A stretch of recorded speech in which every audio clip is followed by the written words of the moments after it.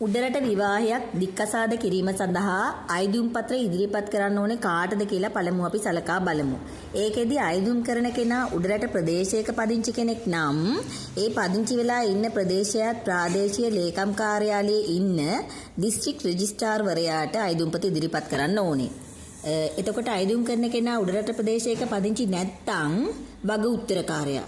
එහෙම නැත්නම් අනිත් පාර්ශවය උඩරට ප්‍රදේශයක පදිංචි වෙලා ඉන්න කෙනෙක් නම් ඒ තැනැත්තාගේ පදිංචියට ප්‍රාදේශීය ලේකම් කාර්යාලයේ ඉන්න දිස්ත්‍රික් රෙජිස්ට්‍රාර්වරයාට හරි එහෙම නැත්නම් විවාහයේ ලියාපදිංචි කරලා තියෙන කොට්ටාශය අයිති වෙන ප්‍රාදේශීය ලේකම් කාර්යාලයේ දිස්ත්‍රික් රෙජිස්ට්‍රාර්වරයාට හරි ආයදුම්පත ඉදිරිපත් කරන්න පුළුවන්. ඊළඟට අවසාන වශයෙන් බලුවොත් එimhe දෙපාර්ශවයේම උඩරට ප්‍රදේශයෙන් පිටත නම් පදිංචි වෙලා ඉන්නේ. එතකොට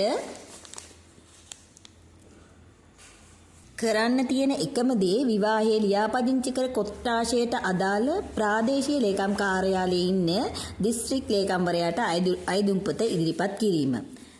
එතකොට මේ දික්කසාද අයදුම් පත්‍රය ඔයාලට දිස්ත්‍රික් රෙජිස්ට්‍රාර්වරයාගෙන් ලබා ගන්න පුළුවන්.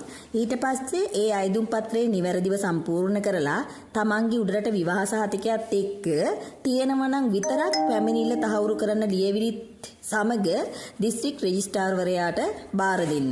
එතකොට ඒ ඉල්ලුම් පත්‍රයේ තියෙන කරුණු දිස්ත්‍රික් රෙජිස්ට්‍රාර්වරයා තහවුරු කරගත්තොත් දික්කසාද නියෝගය දිස්ත්‍රික් රෙජිස්ට්‍රාර්වරයා විසින් ලබා දෙනවා.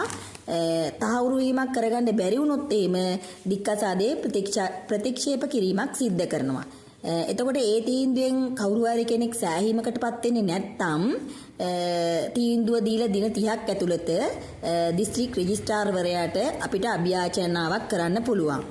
එතකොට දිස්ත්‍රික් රෙජිස්ට්‍රාර්වරයා ඒ අභියාචනාව දිස්ත්‍රික් අධිකරණයට ඉදිරිපත් කිරීමක් කරනවා. ඊට පස්සේ දිසා අධිකරණයෙන් දෙන නියෝගයට අනුව තමයි අපි කටයුතු කරන්න ඕන වෙන්නේ.